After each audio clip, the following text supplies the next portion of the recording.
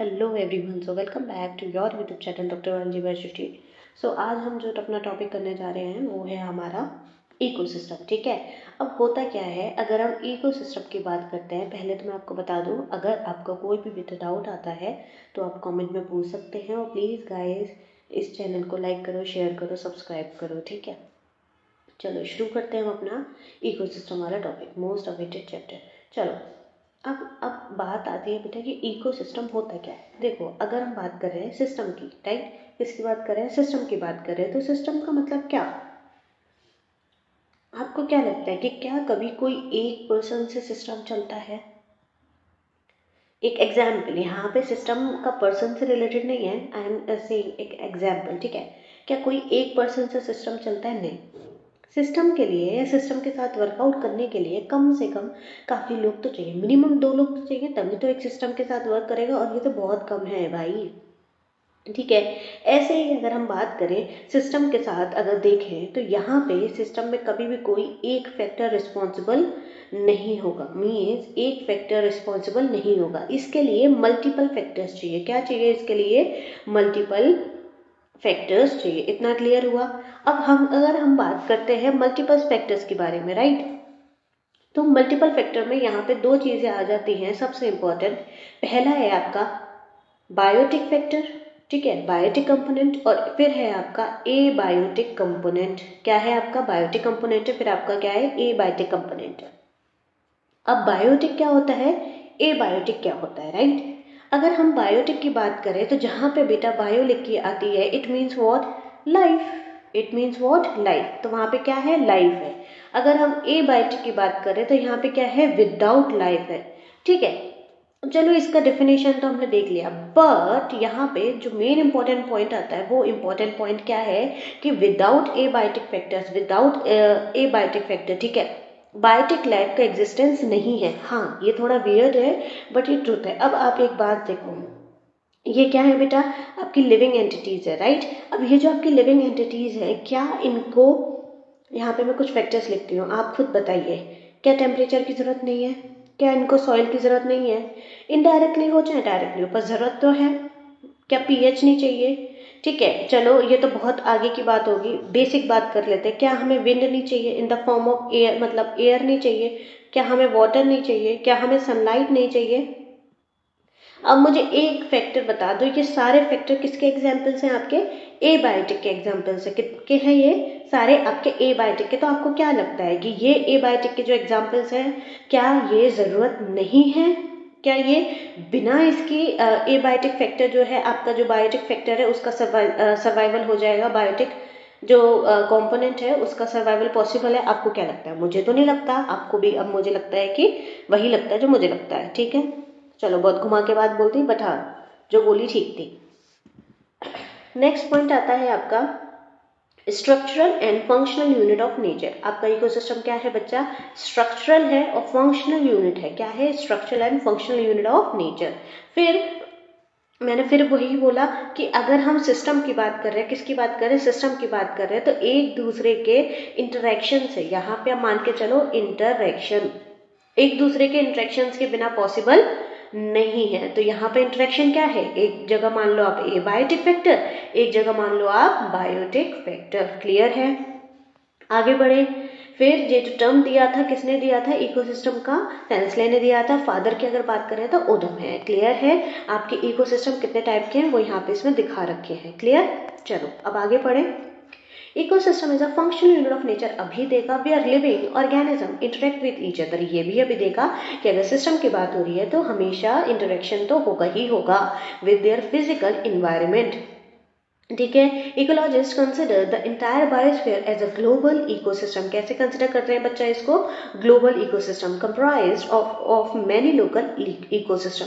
जितने भी, अगर हम कोई एक बड़ा इकोसिस्टम की बात कर रहे हैं, ठीक है, बायोस्फीयर की बात कर रहे हैं, तो उसमें बेटा छोटी छोटी यूनिट भी रिस्पॉन्सिबल होंगी। ठीक है, फिर चाहे आपका पॉन्ड इकोसिस्टम आ जाए, फिर आपका चाहे फॉरेस्ट इकोसिस्टम आ जाए, ठीक है, हर एक चीज इम्पोर्टेंट है। फिर चाहे इसमें हम तीसरे नंबर पे चलो डिकम्पोजर्स की बात कर लें। आपने कभी सोचा है विदाउट लाइफ, विदाउट डिकम्पोजर्स आपकी अर्थ कैसी दिखेगी?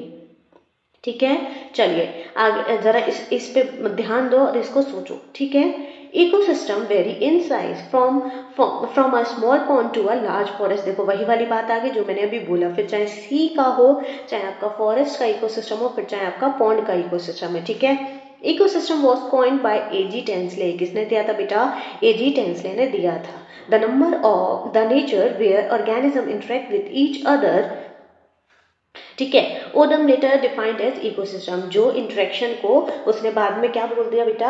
आपका इकोसिस्टम बोल दिया। ठीक है, is a basic functional each other and with their own component. Clear है? इतनी बात क्लियर हो गई। चलो इकोसिस्टम की बात करें तो एक है आपका नेचुरल इकोसिस्टम और एक है आपका आर्टिफिशियल इकोसिस्टम। अब नेचुरल इकोसिस्टम में क्या आता है? These are capable of maintaining and operating themselves without interference of man. Means natural में कोई भी मैन का इंटरफेरेंस नहीं होगा। मीन्स मैन का मतलब केवल आदमी नहीं, यहाँ पे प्रॉपर ह्यूमन पॉपुलेशन की बात हो रही है। ठीक है, फिर और ये डिवाइड किस में है?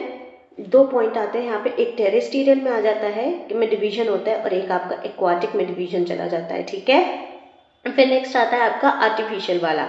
ये है maintain and manipulated bye humans. आपका जो आर्टिफिशियल, अब जाहिर सी बात है नाम में ही आर्टिफिशियल है तो ये मैनिपुलेटेड हो रखा है। किसने मैनिपुलेट कर रखा है बेटा? आपका ये आपका ह्यूमंस ने मैनिपुलेट कर रखा है। क्लियर है?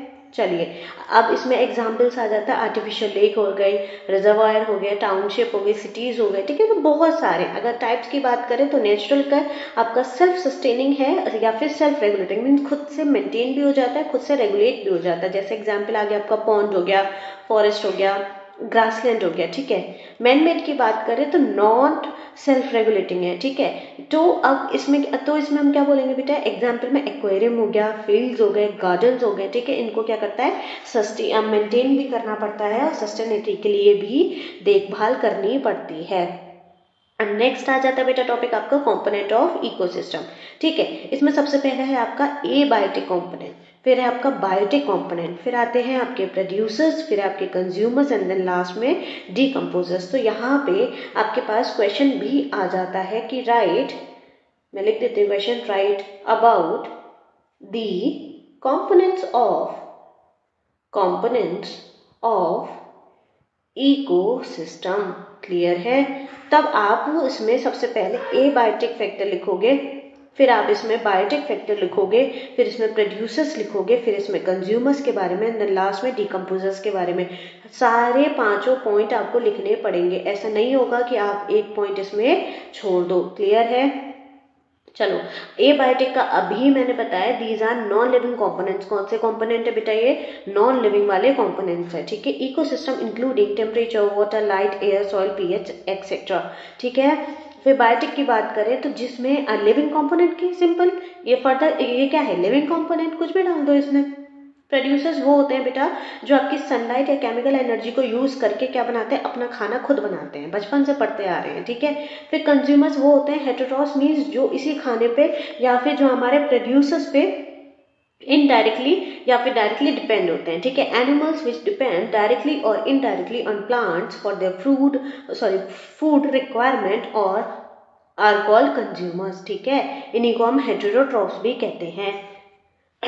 फिर आता है बेटा आपका डीकम्पोजर्स। ठीक है, तो डीकम्पोजर्स वो होते हैं या तो इन्हें सेप्रोब्स बोलते हैं या फिर सेप्रोफाइट बोलते हैं या फिर मिनरलाइजर्स बोलते हैं। क्यों? क्योंकि ये ब्रेक डाउन करते हैं ऑर्गेनिक मैटर को इनटू सिंपल सब्सटेंसेस। जैसे सबसे इंपॉर्टेंट जो या फिर लार्जेस्ट डीकम्पोजर्स है वो हमारे मेन इंपॉर्टेंट में मोल्स हैं और हमारे मशरूम हैं। क्लियर है? इसको आपको याद रखना पड़ेगा। चलिए आगे बढ़े।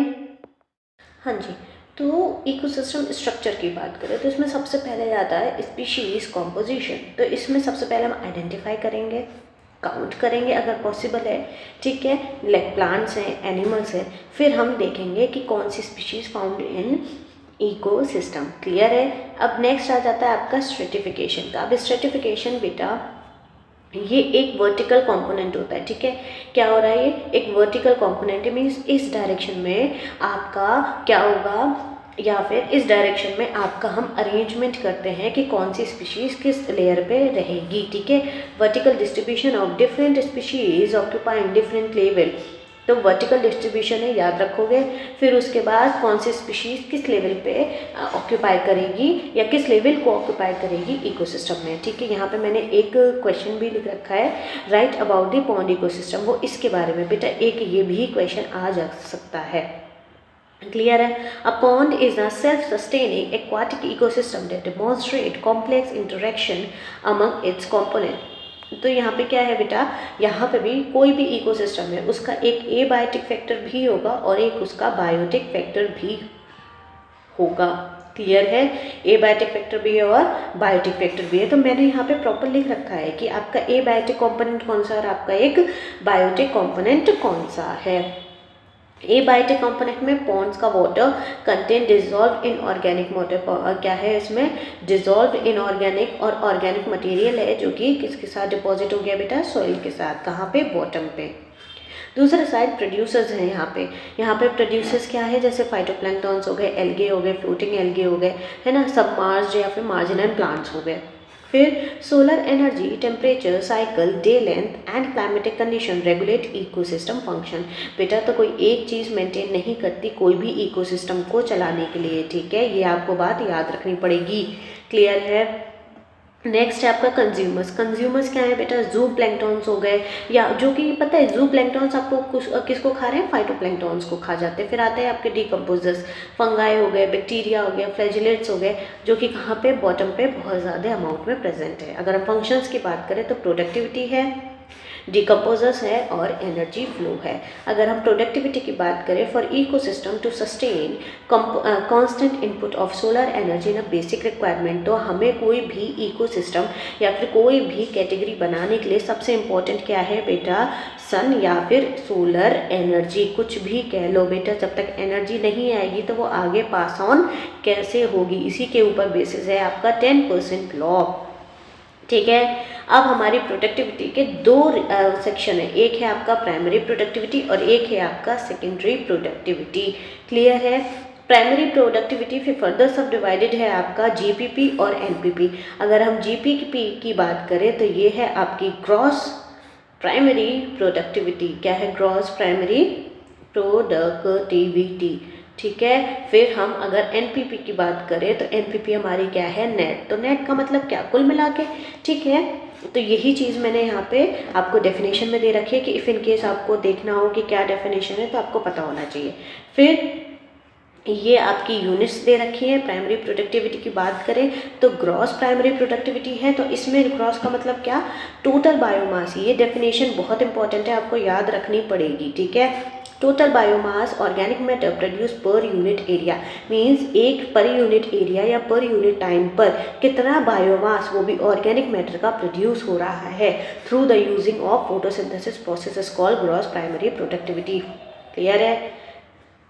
नेक्स्ट है आपकी बेटा net. It is the available, हाँ ये क्या है आपका NPP, it is the available biomass of for the consumption और बाय हेटेरोट्रॉफ, मीन्स कितना बायोमास आपका बचा है वो भी किसके लिए, जो कि कंज्यूम कर सकें आपके कौन, heterotrophs. It is actually the amount of energy left in the producers after utilization of some energy during respiration. Clear है। अगर रेस्पिरेशन, ड्यूरिंग रेस्पिरेशन के बाद कितनी अमाउंट की एनर्जी यूज़ हो चुकी है और कितनी बची है, ठीक है, the actual amount of energy left, जो कि एनर्जी रह गई है वो यूज़ करने के लिए अब कितनी अवेलेबल है, सीधी सी बात है, ठीक है। तो हम इसको कैसे देखेंगे बच्चा, इसको हम देखेंगे एनपीपी इक्वल्स टू जीपीपी और GPP minus R equals to respiratory loss, ठीक है। तो भूलना मत, NPP equals to GPP minus R available biomass for consumption by consumers और heterotrophs। तो एनपीपी क्या है बेटा, अवेलेबल बायोमास है जो कि कंज्यूम किया जाएगा किसके थ्रू, कंज्यूमर्स या फिर हेटेरोट्रॉफ्स। अगर सेकेंडरी की बात करें तो rate of formation of new organic matter bye consumers after consuming NPP. जब हम एनपीपी को कंज्यूम कर लेंगे उसके बाद नया ऑर्गेनिक मैटर कितना प्रोड्यूस हो रहा है जो कि किसके द्वारा, कंज्यूमर्स के द्वारा, वो हम चेक करेंगे सेकेंडरी प्रोडक्टिविटी। समझ आया। पहले तो हमने कंज्यूम करा दिया, सारी चीज़ें हो गई, फिर उसके बाद उसी कंज्यूम होने के बाद जो नया माल निकल के आ रहा है या फिर न्यू ऑर्गेनिक मैटर निकल के आ रहे हैं वो कितना है वो हम देखेंगे इसमें सेकेंडरी प्रोडक्टिविटी में। क्लियर है? चलो आगे बढ़े। यहाँ पे कुछ फैक्टर्स अफेक्टिंग प्राइमरी प्रोडक्टिविटी है, तो उसमें सबसे पहले जैसे एग्जांपल दे रखा है nutrition in soil, solar energy, temperature हो गया, प्लांट स्पीशीज़ होगी, मॉइस्चर कंटेंट हो गया। तो आपको ये इंपॉर्टेंट है, याद रखना पड़ेगा। ठीक है, फिर ये कुछ रेशो दे रखे हैं, ये आपको याद रखने पड़ेंगे। ठीक है, फिर नेक्स्ट आ जाता है आपका डीकम्पोजिशन। क्या आ जाता है बेटा आपका? डीकम्पोजिशन। अगर हम डीकम्पोजिशंस की बात करें तो ये क्या है बेटा आपके? पहला इंपॉर्टेंट है फ्रेगमेंट्स, लीचिंग, कैटाबॉलिज्म। अच्छा यहाँ पे आ जाता है, इस पर सीधे सीधे क्वेश्चन आ जाता है, ऐसे आ जाएगा, राइट अबाउट दी डीकम्पोजिशंस। ठीक है, और also right the steps involve. तो ऐसे करके क्वेश्चन बन जाता है इसके ऊपर। तो बेटा ये इसके स्टेप्स है। अब हम धीरे धीरे, ये इसका मैंने डायग्राम भी दे रखा है और धीरे धीरे हम इसको पढ़ेंगे। ठीक है, तो सबसे पहला है स्टेप्स ऑफ आपका डीकम्पोजिशन का। ठीक है, तो उसमें सबसे पहले आपका फ्रेगमेंटेशन। अब फ्रेगमेंटेशन में क्या होगा, जो डेंड्राइटस है मीन्स हमारा जो कूड़ा कटका है उसको क्या करेंगे, छोटे छोटे पार्ट्स में तोड़ेगा। कौन तोड़ेगा? आंट्स, टर्माइट्स, अर्थवॉर्म, ये सारी चीज़ें तोड़ेंगे और इन्हीं को हम डेंट्रीवोरस कहते हैं। फिर लीचिंग में क्या होगा, water soluble inorganic nutrients goes down into the soil. और जो वाटर सॉल्युबल इनऑर्गेनिक मीन्स जो टूटने के बाद जो सॉल्युबल मॉलिक्यूल है वो क्या चला जाएगा बेटा, डीपली पेनिट्रेट होगा सॉइल में। ठीक है, और become unavailable as precipitated salt. ठीक है, फिर वो क्या होगा, अनअवेलेबल हो जाएगा। फिर आएगा आपका catabolism. Bacterial and fungal enzyme degrade detritus into simple inorganic substance. फिर उसको किस में करेंगे बेटा, डेंड्राइटस आपके सिंपल इनऑर्गेनिक सब्सटेंस। फिर ह्यूमिफिकेशन में क्या होगा, वो सारी चीज़ें क्या हो जाएंगी, मिल जाएंगी किसमें, आपके सॉइल में, डिकम्पोज हो जाएंगे, सॉइल में रहेंगे। फिर एक आपका ह्यूमस तैयार होगा जो कि डार्क कलर का होगा, एनमॉर्फस होगा, कोलाइडल होगा, रेजर्वर होगा किसका, न्यूट्रिएंट्स का, highly resistance to the microbial action, और माइक्रोबियल एक्शन के लिए हाईली रेजिस्ट होगा। ठीक है, degrade at the slow rate, और बहुत ज़्यादा डिग्रेड होने के लिए, मतलब और भी ज़्यादा फर्दर सब डिग्रेड होने के लिए बहुत कम रेट होगा। ठीक है, मीन्स आप ऐसे समझो कि वो फर्दर सब डिवाइड नहीं हो सकता। ठीक है, या फिर होगा तो बहुत स्लो रेट होगा। मिनरलाइजेशन में क्या होगा, humus is further degraded by some microbes and release inorganic nutrients. ठीक है, तो ये आपके पूरे स्टेप्स है, ये आपको पता होने चाहिए। क्लियर है? चलो अब आगे बढ़े। यही देखो मैंने आपको सारे दे रखे हैं। अब यहाँ पे क्या है, केमिकल कंपोजिशन दे रखा है डेंड्राइटिस का। Rate of decomposition is slower if detritus is rich in lignin. ठीक है, अगर आपका लिग्निन और काइटिन उसमें सबसे ज़्यादा है तो डिकम्पोजिशन कैसा होगा, धीरे होगा। While it is quicker it is decompose of nitrogen. अगर उसमें नाइट्रोजन है, water soluble substance like sugar, तो उसका रेट कैसा होगा, जल्दी आएगा। ठीक है, मैं जल्दी डिकम्पोज हो जाएगा। क्लाइमेट फैक्टर क्या असर करते हैं, temperature and soil moisture are the most important climatic factors that control decomposition. तो आपका टेम्परेचर भी इम्पॉर्टेंट है, टेम्परेचर के साथ साथ आपकी सॉइल भी इम्पॉर्टेंट है। क्लियर है? अगर देखो बेटा वार्म या फिर मॉइस्ट इन्वायरमेंट होगा तो डिकम्पोजिशन क्या होगा, तेज़ होगा। तो यहाँ पे दो फैक्टर आ गए कि अगर यहाँ पे शुगर है, नाइट्रोजन है, वार्म इन्वायरमेंट है, तो डिकम्पोजिशन रेट क्या होगा, हाई होगा। अगर यहाँ पे लिग्निन है, काइटिन है और कोल्डन इन्वायरमेंट है तो डिकम्पोजिशन क्या होगा, कम हो जाएगा। ठीक है, फिर लोअर टेम्परेचर एंड एनारोबिक होगा तो इनहिबिट हो जाएगी डिकम्पोजिशन रेट। तो detritus consist nitrogen compound, proteins, carbohydrate, जिसकी वजह से जो आपका रेट ऑफ डिकम्पोजिशन है वो क्या हो जाता है, फास्ट हो जाता है, बट ये इसमें एनारोबिक बनता है। क्लियर है? आगे चले। अब यहाँ पे बात करते हैं, अगर काइटिन है, लिग्निन है, मीन्स वही जो मैंने अभी बताया है वही सेम बात यहाँ पे मैंने दे रखी है। नेक्स्ट टॉपिक आता है बेटा आपका एनर्जी फ्लो के बारे में। ठीक है, इतना आपको कोई डाउट तो नहीं है, अगर कोई डाउट है तो आप पूछ लेना। क्लियर है? Sun is the only source and sun is the only source. तो मैंने अभी थोड़ी देर पहले बताया था कि सोलर एनर्जी या फिर सन लिखा आएगा जो कि हमारा ओनली सोर्स होता है, जो कि एनर्जी प्रोवाइड करता है किसमें, हमारे ऑल इकोसिस्टम या फिर अर्थ के पे। ठीक है, एक्सेप्ट डीप सी हो या हाइड्रोथर्मल इकोसिस्टम को छोड़ के केवल हमारा एक ही सोर्स है बेटा, वो क्या है, सन। यहाँ पे सन प्रोवाइड नहीं हो पाता, ठीक है। तो टोटल रेडिएशंस मतलब जितनी रेडिएशंस आ रही हैं उसमें से लेस देन 50% इस पार, वो पार क्या बेटा, ये स्टैंड, ये इंपॉर्टेंट है, आपको पता होना चाहिए, ठीक है, ये इंपॉर्टेंट है, क्लियर है। फिर फोटोसिंथेटिकली एक्टिव रेडिएशंस, फिर उसमें से प्लांट यूज 2 to 10%, और फिर बची कुची क्या है, वो टोटल क्या है, लाइट की फॉर्म में एग्जिस्ट करती है, ठीक है। यहाँ पे मैंने बेटा आपको स्टैंडिंग क्रॉप दे रखा है, अमाउंट ऑफ बायोमास और mass of living organism present at particular time पे जितना अमाउंट का बायोमास प्रेजेंट है लिविंग ऑर्गेनिज्म, उसको बोलते हैं हम स्टैंडिंग क्रॉप। इस पर भी बेटा क्वेश्चन आपका बन जाता है, ठीक है। मेजर्ड बाय फ्रेश वेट और ड्राई वेट, ठीक है। स्टैंडिंग क्रॉप में बायोमास में फ्रेश वेट भी है और ड्राई वेट भी है। ड्राई वेट बेटा को कंसिडर किया जाता है, क्यों, बहुत एप्रोप्रिएट रहता है और डज नॉट चेंज, ये चेंज नहीं होता, ये चेंज होता रहता है जैसे जैसे फ्रेश है, ठीक है, इसमें मॉइस्चर कंटेंट होगा, वो जैसे जैसे रिड्यूस होगा वैसे वैसे वो चेंज होता रहेगा, ठीक है। स्टैंडर्ड स्टेट भी वही है, amount of inorganic nutrients present at particular time, ये क्या है, इनऑर्गेनिक न्यूट्रिएंट, तो बेटा ज़रा सा चेंजेस, जैसे वहाँ पे इनऑर्गेनिक है, यहाँ पे अमाउंट ऑफ बायोमास है, ठीक है, वो भी लिविंग ऑर्गेनिज्म, तो ज़रा सा चेंज है, amount of inorganic nutrients present at particular time in ecosystem, clear है। चलो आगे बढ़े, फिर है आपका 10% लॉ, या फिर आपका हम बात करेंगे एक ऐसे लॉ के बारे में जो कि किसने दिया था, लिंटमैन ने दिया था। इसके each step of food chain where food energy is transfer from one trophic level to the next trophic level, means अगर हम बात करें एक ट्रॉपिक लेवल से दूसरे ट्रॉपिक लेवल पे, तो कितनी आपकी एक ट्रॉपिक लेवल से दूसरे ट्रॉपिक लेवल पे, तो कितनी आपकी आगे बढ़ गई और कितनी आपकी आगे बढ़ेगी, ठीक है, मीन्स कितनी लॉस्ट होगी, ये आपका लॉस्ट का नंबर होता है। जो भी आगे बढ़ती है वो हमेशा उसके कहने का अकॉर्डिंग ये है कि केवल 10% ही है जो आगे बढ़ती है, बाकी क्या हो जाती है, लॉस हो जाती है, ठीक है।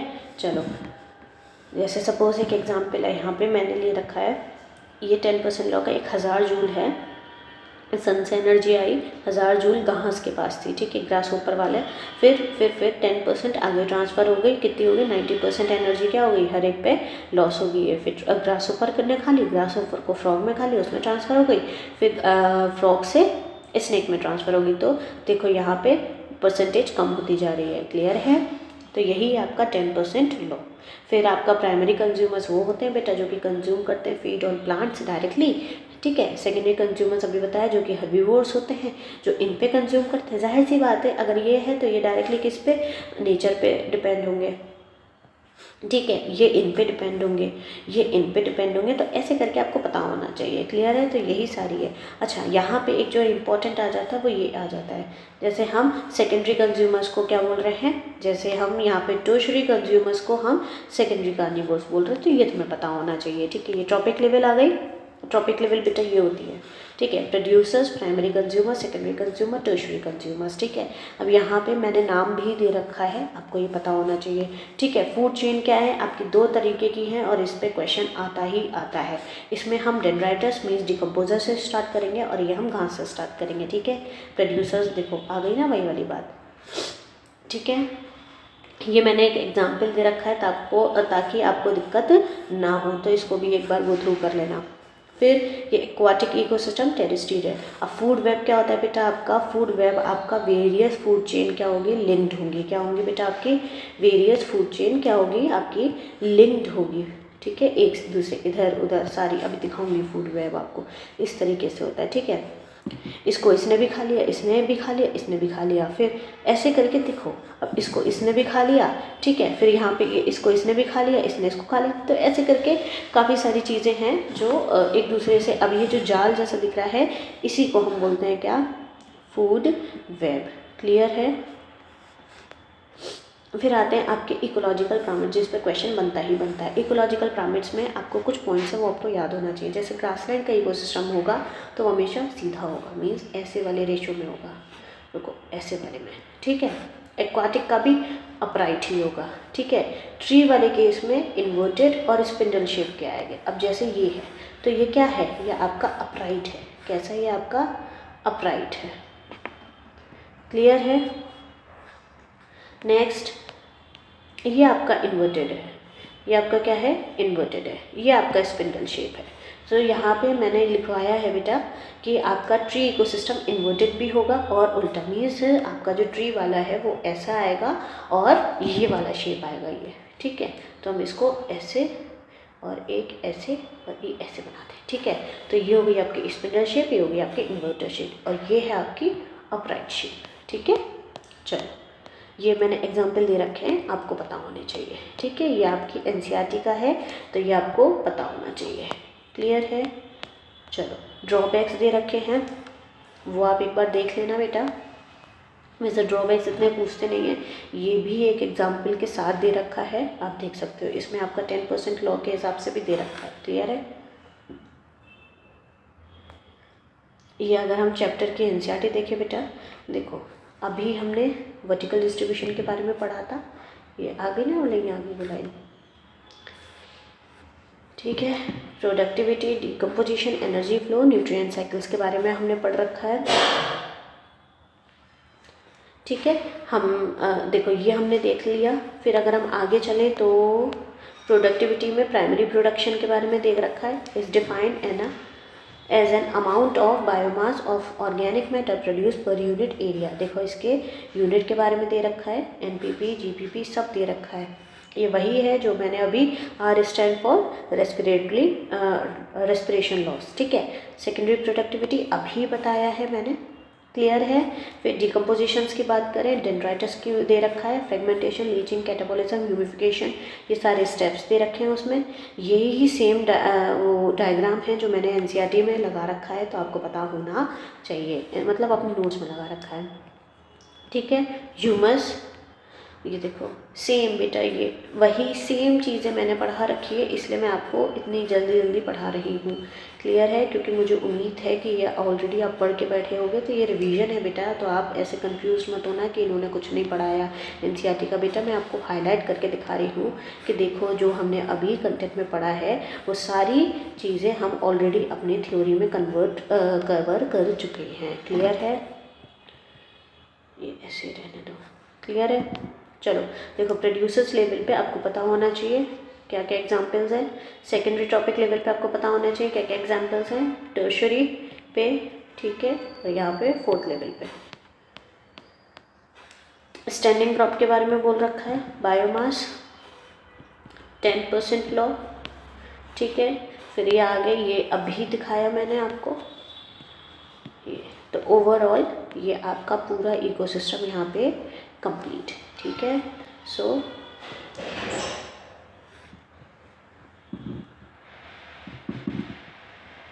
होप